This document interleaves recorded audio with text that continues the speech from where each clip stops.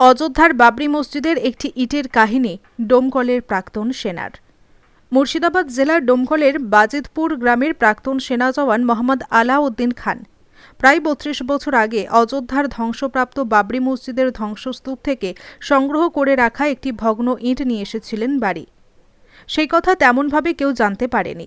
ঠিক যখন গোটা দেশ জুড়ে মুর্শিদাবাদের বেলডাঙ্গায় বাবরি মসজিদ নির্মাণের কাজ শুরু হতেই প্রকাশ্যে আসলো সেই আধখানা ইটের কাহিনী। বিধায়ক হুমায়ুন কবিরের উদ্যোগে ৬ ডিসেম্বর বাবরি মসজিদের শিলান্যাস হওয়ার পর থেকেই এই ইটের কথা প্রকাশ্যে আসে। ভারতের ধর্মনিরপেক্ষ ইতিহাসে বাবরি মসজিদ একটি অত্যন্ত গুরুত্বপূর্ণ অধ্যায়। প্রায় ৫০০ বছর ধরে মসজিদটি উপাসনার স্থান হিসেবে ব্যবহৃত হলেও ১৯৮০-র দশক থেকে রাজনৈতিক ও ধর্মীয় উত্তেজনার কেন্দ্রবিন্দুতে পরিণত হয়। বাবরি মসজিদ ১৯৯২ সালের ৬ ডিসেম্বর এক উগ্র রাজনৈতিক জনতার হামলায় মুহূর্তেই ধ্বংসস্তূপে পরিণত হয়। সেই ঘটনার অভিঘাতে সম্পূর্ণ ভারত জুড়েই সাম্প্রদায়িক অশান্তি ছড়িয়ে পড়ে, যার স্মৃতি আজও অনেকের মনে দগদগে। এত বড় ঐতিহাসিক ঘটনার সরাসরি সাক্ষী ছিলেন ডোমকলের মোহাম্মদ আলাউদ্দিন খান, যিনি তখন সিআরপিএফের র্যাপিড অ্যাকশন ফোর্সে কর্মরত। বাবরি মসজিদ ধ্বংসের দিন উত্তরপ্রদেশের অযোধ্যায় নিরাপত্তার দায়িত্বে থাকার কথা থাকলেও আলাউদ্দিনদের দলকে ফৈজাবাদের আর্মি ক্যাম্পে আটকে রাখা হয়।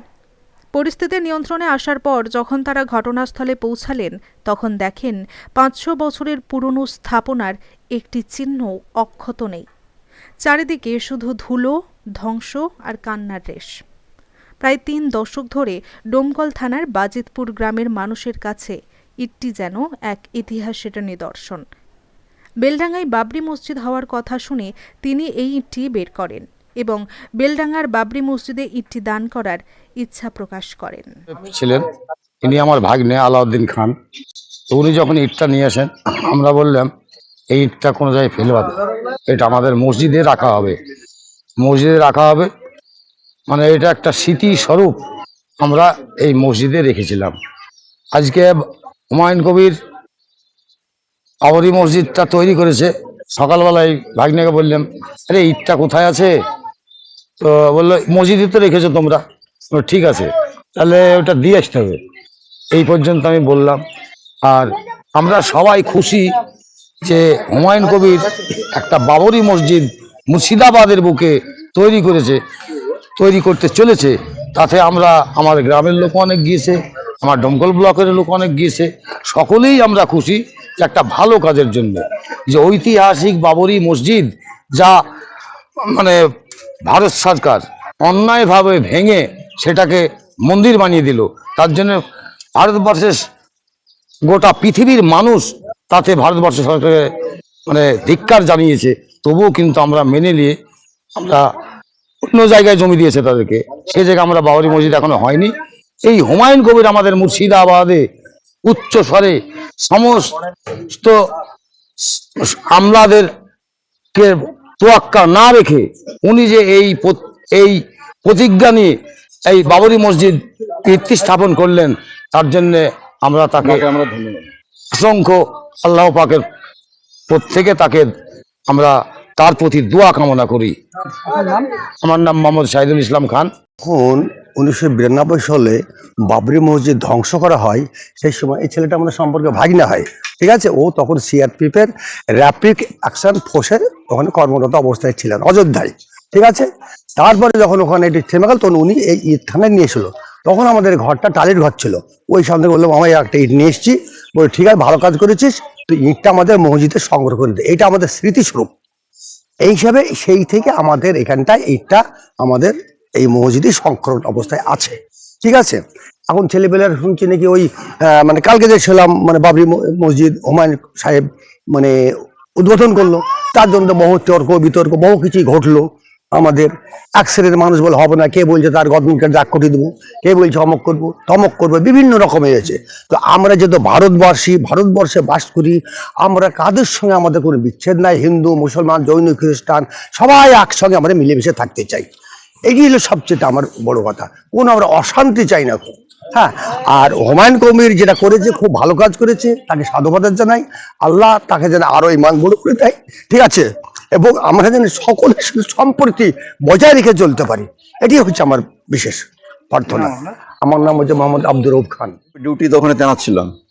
সেই সময় CRPF rapid action force RF বলে, সেটাতে আমি তেনাত ছিলাম আমি। এবং আমাদের ক্যাম্প ছিল সেই সময়তে ফৈজাবাদ আর্মি ক্যাম্পে। ওখান থেকে আমাদের তৈরি রাখা হয়, কিন্তু আমাদের মানে আদেশ দেওয়া হয়েছিল না। সকালবেলা আদেশ দেওয়া হয়েছিল, সকালবেলায় গিয়ে দেখি আমরা বাবরি মসজিদ একদম ধূলিসাৎ হয়ে গেছে। সেই সময় থেকে আদেশ দেওয়া হয়, সেই সময়তে সব তখন তাড়ানো হয়। সেই সময়তে কিছুই ছিল না, সেই ইট পড়েছিল কিছু, কিছু ইট সব নিয়ে চলে গেছিল। আমাদের কমান্ড্যান্ট জেডাব খান ছিল, সেও 8-10টা ইট নিয়ে গেল। তখন আমি মনে করলাম যে আমি একটা নিয়ে যাই। সেই সময়তে আমি একটা ইট নিয়ে ব্যাগের মধ্যে ঢুকে নিয়ে এসেছিলাম। এবং আমার এই বাইতপুর খানপাড়া মসজিদে আমার এটার সঙ্গে রক্ষণ করে রাখা ছিল ওটা। আর এখন যেহেতু আমাদের হুমায়ুন কবির বাবরি মসজিদ তৈরি করছে, সেই অনুযায়ী আমি তো মনে করলাম যে এটা যদি আমি দান করতে পারি সবচেয়ে পুণ্যের কাজ হবে। এই জন্য আমি হুমায়ুন কবির তথা বাবরি মসজিদের জন্য যে বেলডাঙ্গা হচ্ছে সেটাতে আমি মুক্ত হস্তে দান করতে চাই, এবং আমার পাড়া প্রতিবেশী যারা আছে সবাই আমরা এটাতে করতে চাই। যখন বাবরি মসজিদ ভাঙার কাজ করছিল, ঠিক তখনই কি আপনারা ডিউটি দিয়েছিলেন নাকি তার পূর্ব থেকে ডিউটি? পূর্ব থেকে আমাদের ডিউটিতে তৈনাত রাখা হয়েছিল, আমাদের 1 মাস আগে থেকে। আপনাদের সামনে সব ঘটনা ঘটে? সব ঘটনা আমাদের সব জানতে পারছি। এই গম্বুজ ভাঙছে, এই 3টা গম্বুজ ভেঙে গেলো, আমাদের সবসময় তো ওয়ার্ল্ডে সেটা সবকিছু জানতে পারছিলাম আমরা। তখন তো অত মোবাইল ছিল না। কি ঘটেছিল সেই দিন? হ্যাঁ, কি ঘটেছিল আপনার চোখের সামনে, কি দেখেছিলেন? চোখের সামনে কি আমাদের কিছু আদেশ দেওয়া হয়নি। সকালবেলা যেটা আদেশ দেওয়া হলো, দেখা গেল যে একদম পুরো ধূলিসাৎ হয়ে গেছে। এবং তাম্বু সব স্টেটের, ওয়েস্ট বেঙ্গল, হায়দ্রাবাদ, তারপরে তোমার গুজরাট, আলাদা আলাদা লাইন ছিল। তারপরে তোমার ওখানে খাদ্য ভান্ডার করা হয়েছিল, সবে ওদেরকে তাড়িয়ে দেওয়া হলো। তাড়িয়ে দিয়ে একদম স্টেশনে তাড়িয়ে দেওয়া হয়। তাতে প্রায় চপ্পল জুতো এগুলো প্রায় 10-12 টাকা পাওয়া গেছিল। তারপরে রেশন যে আমরা বর্তন ভান্ডার এগুলো ছিল সব, ওখানটায় সব পুরো ইয়ে করছিল। ও প্রায় 10-12 ট্রাক হবে। এইভাবে আমরা ওখানটায় ছিলাম। এটা সংরক্ষণ রেখেছিলাম আমি, যে আমাদের মসজিদে রাখা যাবে একটা স্মৃতি, বাবরি মসজিদ স্মৃতি। আপনি নিয়ে এসেছিলেন নাকি আরো অন্য কেউ? আরো নিয়ে এসেছিল আমাদের জেডাব খান, আমাদের কমান্ড্যান্ট ছিল, আমাদের যে সিআরপি এর কমান্ড্যান্ট ছিল, উনিও 8-10টা নিয়ে গেছিলেন। এবং আরো কয়েকজন নিয়ে গেছিল মানে স্টেট থেকে। আমি ওয়েস্ট বেঙ্গল থেকে আমি ছিলাম, সেই জন্য আমি ব্যাগ থেকে নিয়ে এসেছিলাম। এটা স্মৃতি রাখার উদ্দেশ্যে? স্মৃতি রাখার উদ্দেশ্যে আমি নিয়ে এসেছিলাম। কখনো কি ভেবেছিলেন যে এইরকম একটা পুনরায় বাবরি মসজিদ তৈরি হবে আর সেই জায়গায় আপনার এই কাজে লাগবে, এমন কি কোনো? না, কখনো ভাবতে পারিনি যে এটা হয়েছে। আমি খুব খুশি যে বাবরি মসজিদ হচ্ছে, আমি ওটা যদি দান করতে পারি আমি মানে খুবই খুশি। আমি খুশি, তাছাড়া আমাদের গ্রামবাসী যে আছে তারা যত খুব খুশি, সকলেই খুশি। আমার নাম এমডি আলাউদ্দিন খান। ডোমকল থেকে শামিমা খাতুনের রিপোর্ট, নতুন পয়গাম।